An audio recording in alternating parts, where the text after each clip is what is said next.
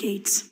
I thank the gentlelady not only for yielding, but for her extensive work on these issues, not only during our hearings, but during the many depositions we've taken to develop evidence and to bring it forward for the majority, the minority, and all of the country. Did you give us that evidence? I know that if the gentlelady from Are you going to give us that evidence? was able to speak, that she'd certainly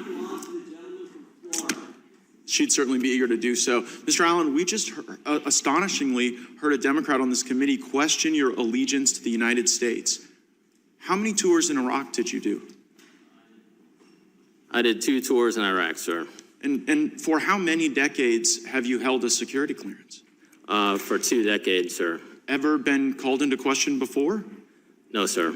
And you also received the Employee of the Year Award for the Charlotte Field Office, is that right? That is correct, sir. Did you receive any medals during your service for the Marine Corps and the United States Navy? I did, sir. As a member of the Marine Corps, I received 2, a Navy Commendation Medal and a Navy Achievement Medal. Seems to me your allegiance to the United States is pretty well established over multiple decades, wearing the uniform, fighting for our country, and I am proud that you continue to fight for our country as a whistleblower here, making a disclosure to the United States Congress. And Mr. Allen, is it your belief that you were retaliated against because you shared an email that questioned the truthfulness of FBI Director Kurtisforsythe? Yes, sir. And you believed that he wasn't truthful based on testimony he'd given to the United States Senate, isn't that right? Yes, sir. And in that testimony to the Senate, you believed that Kurtisforsythe indicated that there were no confidential informants and no FBI assets that were present at the Capitol on January 6th that were part of the violent riot. Isn't that right? Yes, sir. Please play the video. We're now going to hear from George Hill, who worked at the Boston field office.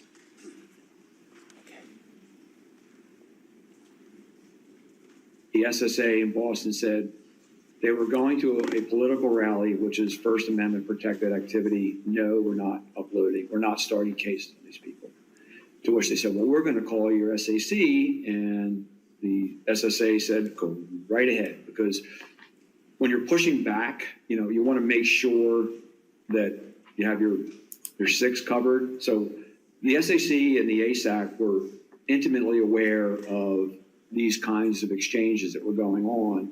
And again, to his credit, Joe Bonavolonta said, no, we're not opening up cases on people who went to a rally. And I forgot a key part. The SSA for CT2 said, happy to do it. Show us where they were inside the Capitol, and we'll look into it.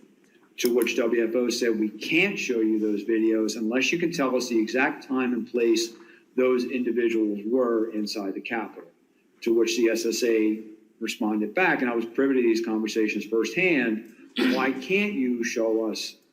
Why can't you just send us, give us access to the 11,000 hours of video that's available? Because there may be UC's undercover officers or CHS's confidential human sources on those videos whose identity we need to protect. So, Mr. Allen, you got retaliated against for saying the very thing that the Washington field office was telling Boston, when the Boston field office was saying, we're not going to go and investigate people that just showed up at a rally without sufficient criminal predicate. The Washington field office told Boston, well, you know what, we can't give you the evidence because it might disclose the very CIs and UCs that you are concerned about. But that doesn't surprise you, Mr. O'Boyle, does it? No, sir. And the reason it doesn't surprise you is that in a different part of the country, you saw that same pressure from the Washington field office. And did they ever try to get you to do something that was outside the normal order of law enforcement activity? Yes, sir. And what did the Washington field office try to get you to do that violated the law and regulations? They tried to get me to serve a federal grand jury subpoena when there was no proper predicate to do so.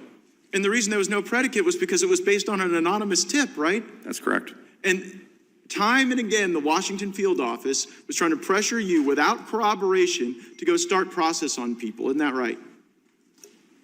Yes, sir. And so while I agree that January 6th was a violent day, a bad day, a day that nobody wants to relive, violence on January 6th doesn't justify weaponizing the government against people who were innocent and did nothing wrong. Thank you for blowing the whistle on that. I yield back. Gentleman yields back. Appreciate that. The gentleman recognizes, or the gentleman from Florida is recognized. So which Americans were being targeted? Now, August 2nd, 2022, a media organization obtained a copy of a document which whistleblowers subsequently authenticated to the committee that is styled the FBI's Domestic Terrorism Symbols Guide on Militia Violent Extremists. Mr. O'Boyle, are you generally familiar with that guide? Yes. And that guide identified certain things that made people more likely to be deemed a threat or terrorists, didn't it? Yes. And wasn't one of those things just the number 2 and the letter A next to each other? Yes, it was. And in your experience as a law enforcement official, does putting the word 2 and or the letter 2 and A next to each other make someone more likely to be violent or law breaking? No. And if someone signified the right that they support the right to bear arms, was that also something in the symbol guide? Yes. And how about this one? Really got me. The Betsy Ross flag. Was the Betsy Ross flag in the terrorism symbol guide? It was. And what about the Betsy Ross flag makes someone more likely to be a violent extremist? I wish there was a reasonable explanation for that question. There isn't. And people blew the whistle and said this stuff is crazy. Americans are being targeted. Mr. Friend, you ever been to a school board meeting?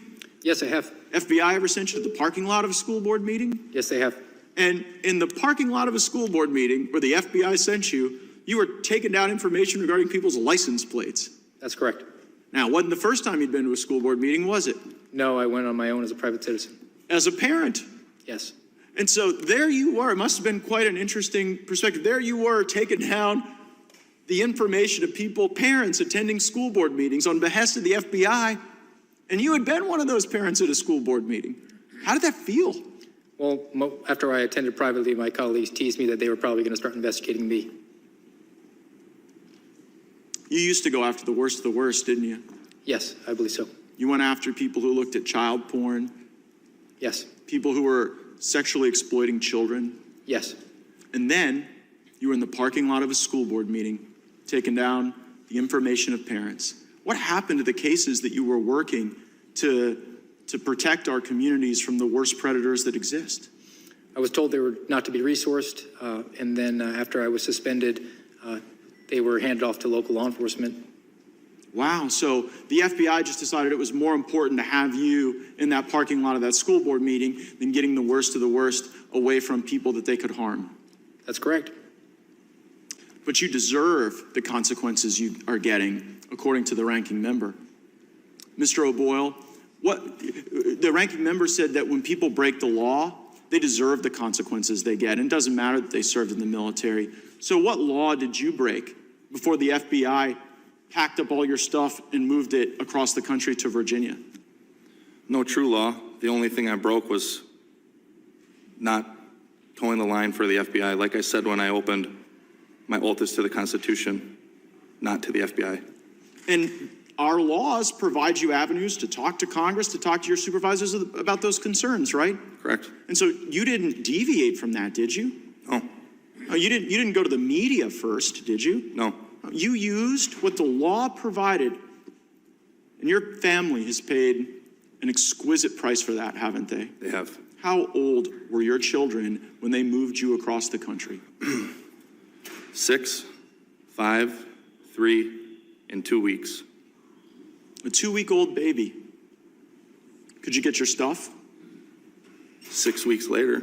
Oh, so for 6 weeks, almost every possession to your name the FBI had and wouldn't give back to you. How did you, what time of year was it? Was it winter, summer?